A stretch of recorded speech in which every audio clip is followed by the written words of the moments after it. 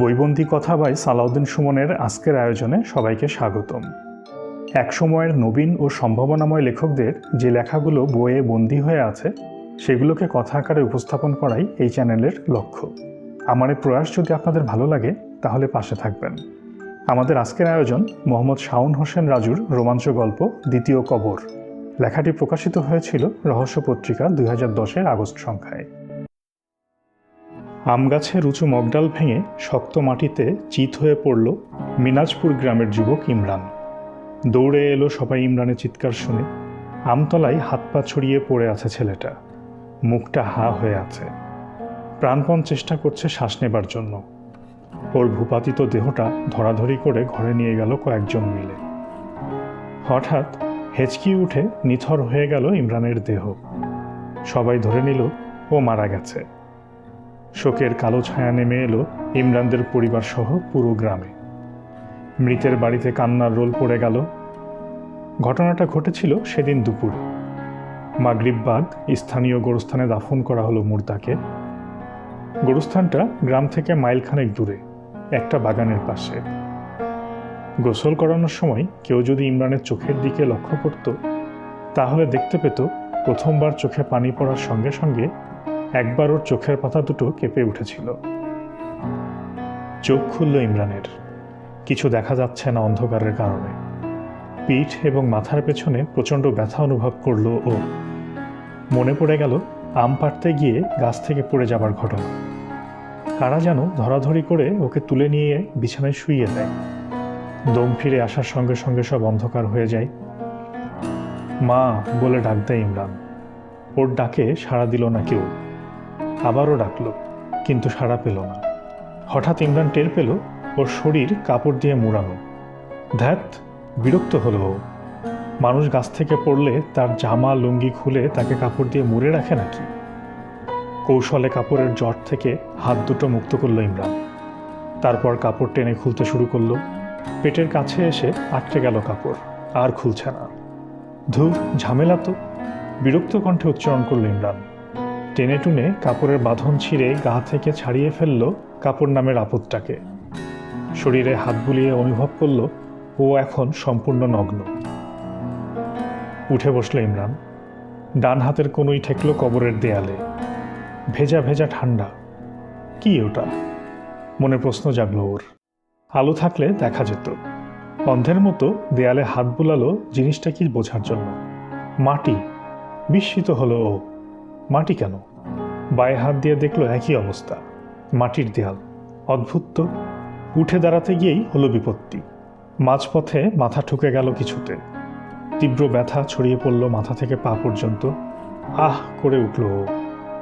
কিসে মাথা ঠেকেছে বোঝার জন্য উপরে হাত বাড়াতেই বাঁশের স্পর্শ পেল ইমরান। বাঁশ কেন?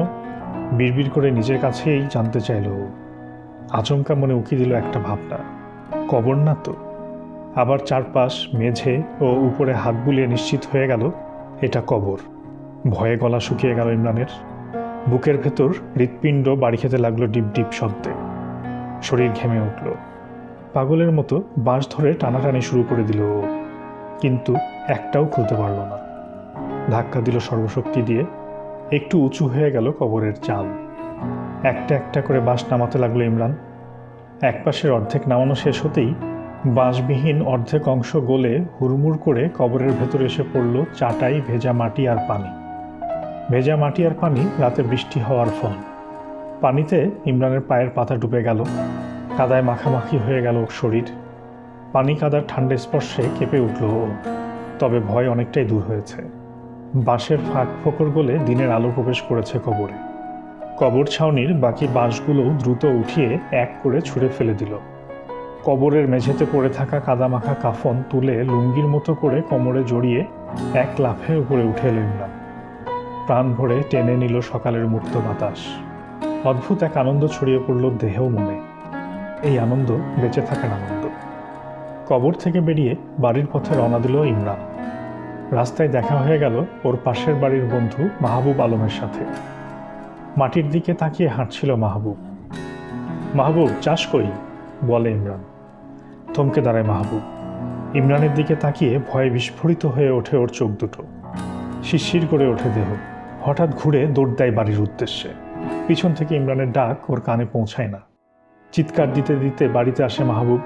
লোকজন ছুটে আসতেই মাহবুব ভয়ার্ত কাঁপা কাঁপা স্বরে বলে, ভয়ঙ্কর সেই চেহারা, কোমরে জড়ানো কাফন, সারা গায়ে কাদা, মুখটা দুধের মতো সাদা। মানুষটাকে জানতে চাই গ্রামের পালোয়ান রফিক। মানুষ না, ওরা সাক্ষাৎ ভূত, ইমরানের ভূত বলেই জ্ঞান হারায় মাহবুব আলম। রাস্তার দিকে তাকাতেই ইমরানের বাবা দেখতে পান ইমরানকে। সঙ্গে সঙ্গে চিৎকার দিয়ে বলেন, ওই তো শয়তানটা, এদিকেই আসতেছে দেখা যায়। ছত্রভঙ্গ হয়ে গেল জনতা। যে যেখানে লাঠি সোটা যা পেল তাই নিয়ে ছুটে গেল ইমরানের দিকে। কেউ ভাবল না ও গাছ থেকে পড়ে মরেনি, শুধুমাত্র জ্ঞান হারিয়েছিল।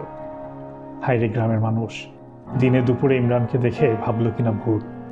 কিছু বুঝে ওঠার আগেই গায়ের যেখানে সেখানে বাড়ি খেয়ে রাস্তায় লুটিয়ে পড়ল ইমরান। মানুষের ভিড়ের ফাঁক দিয়ে দেখা গেল মা ঘরের দরজায় দাঁড়িয়ে আছে। চিৎকার দিল ইমরান, মা আমারে বাঁচাও। ছেলের করুণ আর্তনাদ শুনেও মা নড়ে না। মারকুটে মানুষের দিকে তাকিয়ে নিজের বাবাকে দেখতে পায় ইমরান। সেও ওকে নিষ্ঠুরের মতো পিটাচ্ছে। বাবা কিছু বলতে যাইও, কিন্তু একটা বাড়ি মাথায় পড়তেই পৃথিবী দুলে ওঠে ওর। অন্ধকার হয়ে যায় সব। মাথা ফেটে মগজ বের হয়ে গেছে। এবার সত্যি সত্যি মারা গেছে ইমরান। তবুও মারছে মানুষ নির্দয়ের মতো। সবাই থামো, হুকুম জারি করে রফিক পালোয়ান। ভূত ব্যাটা মরেছে, আর মারা লাগবে না। এখন চলো এটাকে আবার কবর দেওয়ার ব্যবস্থা করি। জোহর বাদ আবারও দাফন করা হয় ইমরানকে। পুরনো কবরে নয়, নতুন একটা কবর খুঁড়ে দাফন করা হয়েছে ওকে। এবার ভালো করে কবরের চাল ইট পাথর দিয়ে ভাড়া দেওয়া হয়েছে। গ্রামবাসীর ধারণা আবারও কবর ছেড়ে উঠে আসার চেষ্টা করতে পারে ভূত ব্যাটা।